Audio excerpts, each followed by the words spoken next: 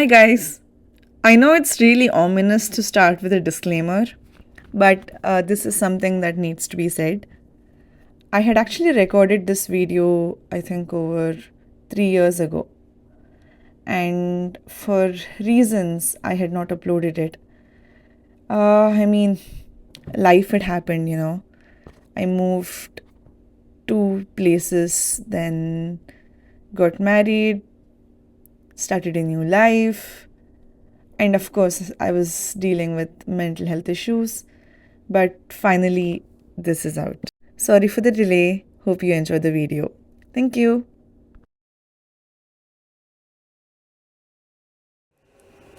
Hi guys, welcome to Artipret. This is my channel where we look at art of all kinds and do a bit of thinking about it. First, I really want to thank you all for the overwhelming positive response for my Krishnani video. It really means a lot and I love you guys so much. And I really appreciate the support. And I promise I'll make good quality videos moving forward.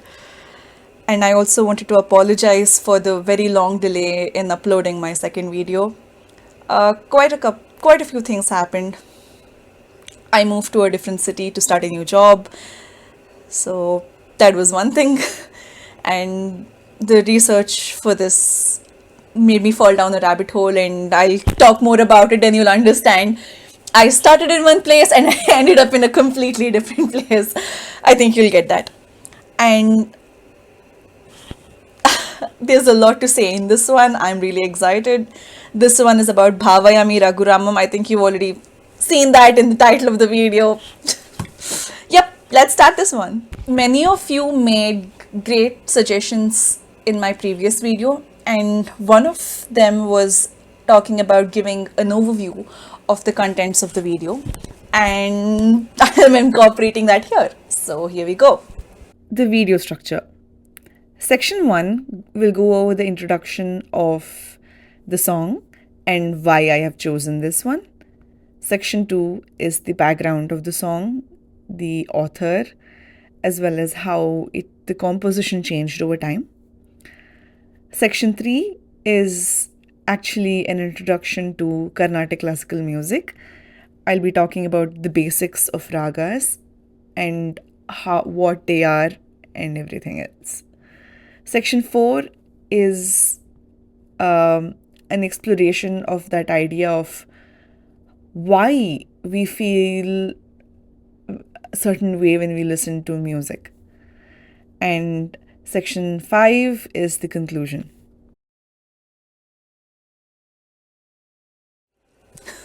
Little bit of a disclaimer. This video is going to be a little different from Krishnani. While that focused more on my alternate interpretation, this is more about going through the different aspects of this song and also talking about, oh my god, how awesome it is. And yep, let's start with Bhavayami Raghuramam. It is a Carnatic classical song, like my previous one, and it got very much popularized in the previous century. It was written by Maharaja Swati Tirunal, the king of Travancore, and the entire song depicts the story of Ramayana from beginning to when Rama was crowned. There were two reasons why I chose this song in particular. One was to introduce this gem to people who don't know it, and also like to jog people's memory and say, hey, remember that Bhavayami awesome song? The second one was actually to go through the story of Ramayana, because I think again I'm really excited about this. The next interpretation analysis video is going to be about Ramayana and like going to have Rama's various adventures and stuff. Yep, I'm plugging in for a future video already. Bhavayami Raghuramam is a Carnatic classical song written in Sanskrit language by Maharaja Swati Tirunal, who was the ruler of Travancore from 1829 to his death in 1846. He died pretty young. He was only 33, and it's very unfortunate. But he accomplished so much in that short span. He is very well known for his reforms at modernization, as well as his mastery in various languages like English, Malayalam, Kannada, Tamil, Telugu, Sanskrit, so many.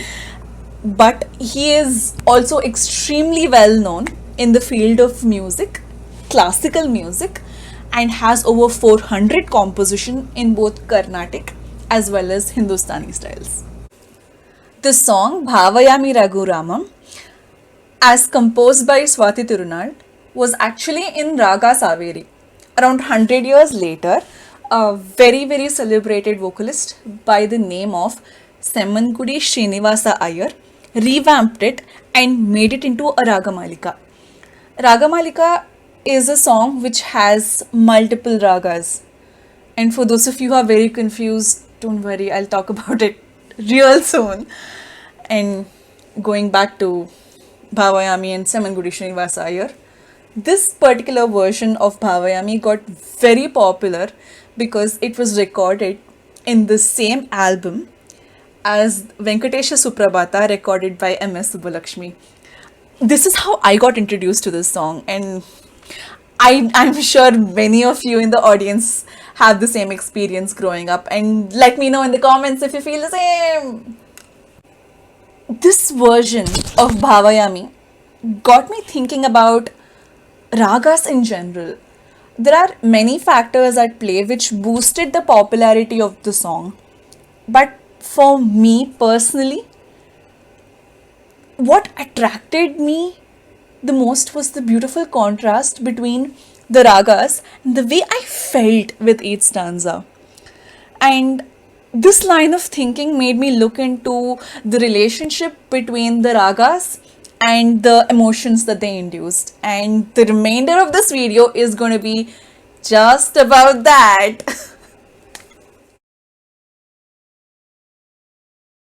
Most basic unit of Carnatic classical music are the 7 musical notes or Saptaswara. Most of you know it as Sa, Re, Ga, Ma, Pa, Da, Ni. There is a little more to it than just that. So let's look at the 7 musical notes.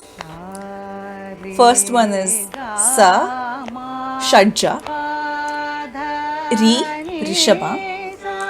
There are 3 variations to it: Shuddha, Chatushruti Rishabha, and Shatshruti Rishabha. Next is Ga, Gandhara. There are 3 variations: Shuddha, Sadharana, and Antara Gandhara. Madhyama, which is Ma, and there are 2 variations to it: Shuddha Madhyama and Prati Madhyama. Then Pa is Panchama, Da is Daivata. There are again 3 different variations to Daivata, that is Shuddha Daivata, Chatushruti Daivata, and Shatshruti Daivata. And last is Ni Nishada. There are 3 different variations: Shuddha, Kaishika Nishada, and Kakali Nishada. The different combinations of these notes are organized based on pitch, starting from Sa to Ni in ascending as well as descending order. So the ascending one is called Arohana, the descending one is called Avarohana. And this forms a melody, and that can be called a raga. First, just putting them in this particular order does not make them into a raga. This is a extremely simplified view of what this looks like. There are certain criteria that have to be met by that particular scale of notes to be considered a raga or not. There's some really good YouTubers out there who have spoken about this concept, and I highly recommend that you check them out. One is Anuja Kamat's video, episode 13, What is a Rag? And she describes how a rag is formed based on a Hindustani perspective. And there is Vox Guru's video, Types of Ragas, for the Carnatic classical perspective of it. and both links are in the description down below, and I highly recommend taking a look at it to get a better understanding of what these criteria are.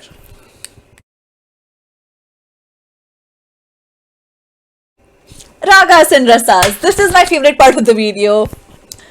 Before we talk about rasas, I want to introduce you to a research paper called A Behavioral Study of Emotions in South Indian Classical Music and Its Implications in Music Recommendation Systems.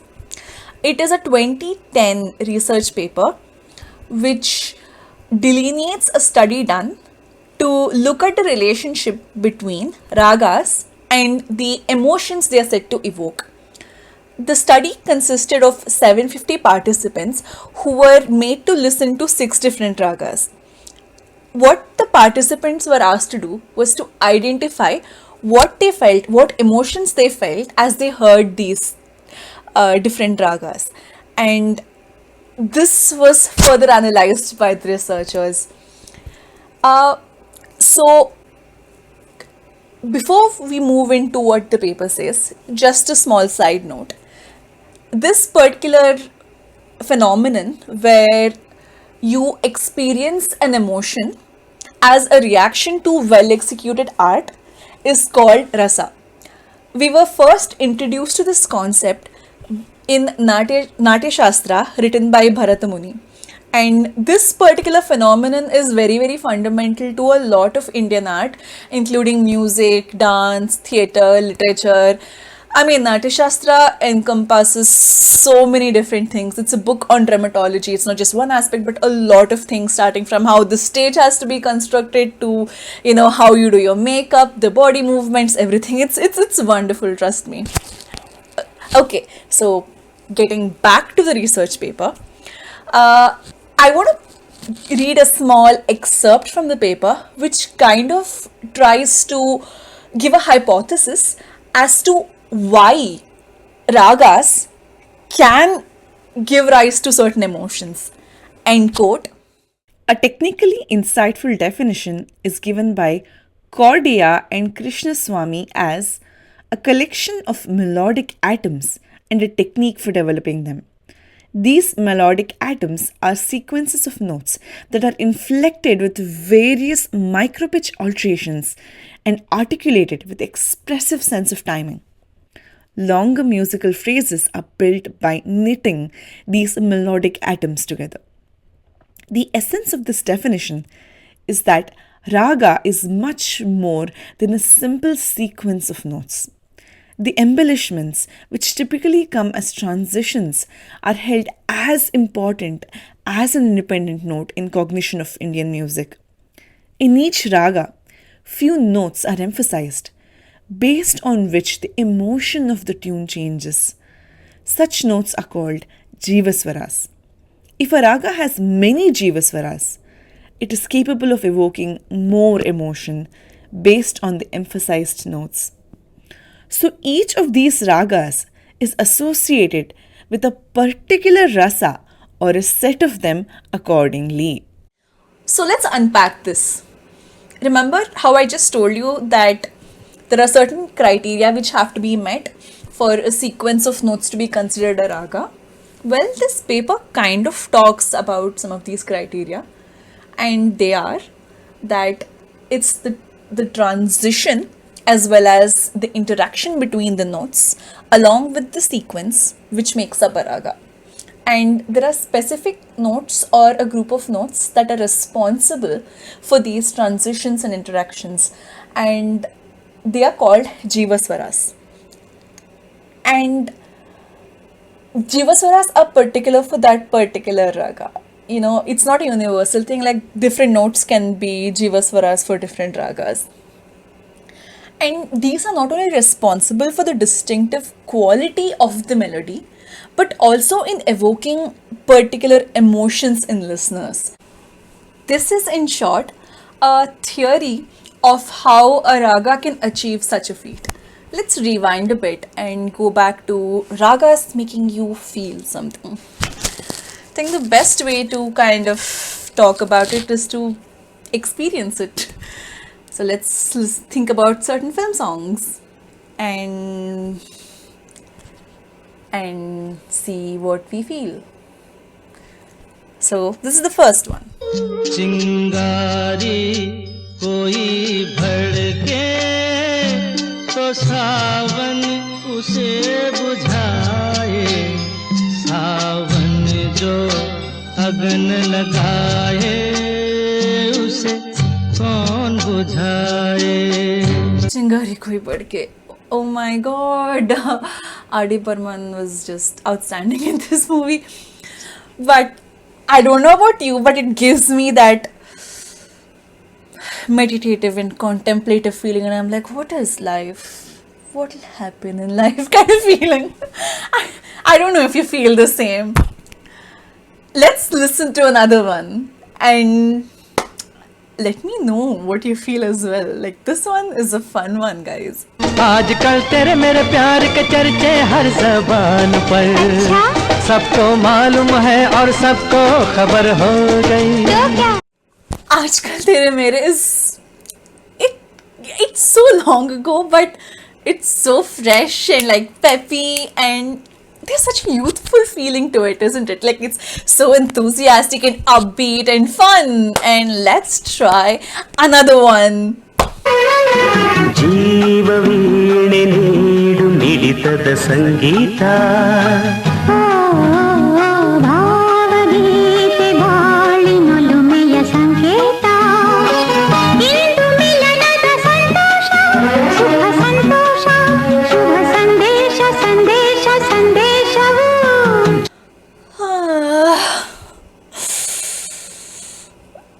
Romance and that feeling of the longing for a loved one just oozes out for me. Oh my god, I love this song. By the way, you know how you spend time and listen to the tune and you had certain feelings? The same way, you can, if you start listening to Carnatic classical and try to make similar association, I can guarantee you can appreciate the music very much. Let's try it out. Like, let's do the same thing with them, shall we? Let's go ahead and listen to our first song, which is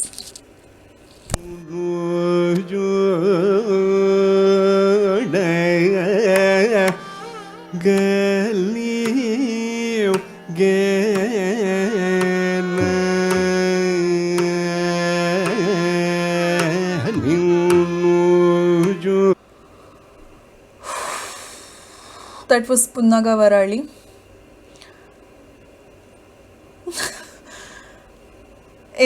I feel so sad after listening to this song. I'm sorry to start this session with on such a sad note, but well, it did what it was supposed to, didn't it? Well, this song is actually a padam, which is a type of songing, and I'll have a different video where I'll talk about that. So don't worry about it.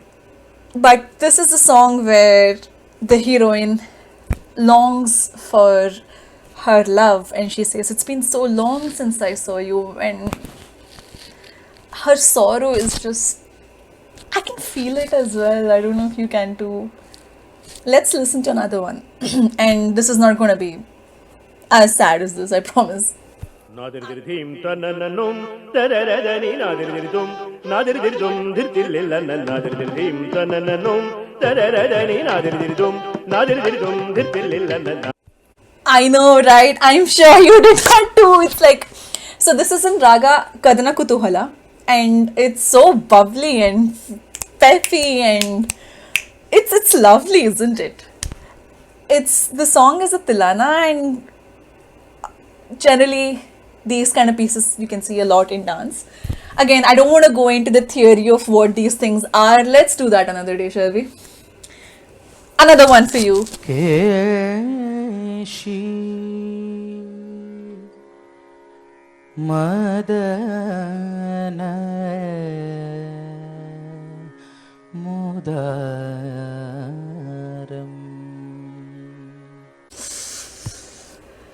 So this is in Raga Brindavani Saranga, and the song is Sakhe Keshi. It's an Ashtapadi. And this is a song where Radha is telling her friend about her love for Krishna, and it's so romantic. It's wonderful. This is my favorite Ashtapadi. It's gorgeous. Apart from the sensory joy of listening to classical music, I found a couple of other benefits when I was researching this video topic. This is article in Economic Times written by Aparna M. Sridhar on July 2nd, 2017, called How Neuroscience is Reinventing Music Therapy. And it talks about different scientists and doctors exploring classical music as a source of understanding how the brain works, and also looking into how it can be a potential therapy for coping with learning disabilities and much more. It's very interesting. I think if you find this interesting, you should really check it out. And I don't know about you, but I found this fascinating, this entire video topic. I fell into a rabbit hole. I started with Bhavayami and thinking about rasas and ragas and how it's connected, and I ended up here. And there can be a lot of potential videos that can be done, like what are the, like I can go into details about that research that was done in the paper, the 2010 paper, and I can also talk about the concept of rasas from the perspective of performing arts like Bharatanatyam, and I can talk about the different kinds of songs like Padam, Tilana, what these things are. That can also be one. And let me know what you want to hear. That'll be great as well, like in the comments. That'll be great. This concludes part 1 of Bhavayami Raghuramam, and I know it has very little Bhavayami Raghuramam in this video. Well, wait for part 2, it's going to be a lot more Bhavayami heavy. Well, in part 2, I'll be going over the song stanza by stanza, and each stanza has a different raga. So we can look at how we feel when we listen to the song. And we'll also be going over Ramayana because, as I mentioned earlier in this video, Bhavayami describes Ramayana very beautifully. I will meet you again very soon. Stay tuned to my channel, and if you liked, please like this video if you enjoyed it so far. Leave a comment, let me know your thoughts, and like the last time you did. That's it, I guess. Bye bye.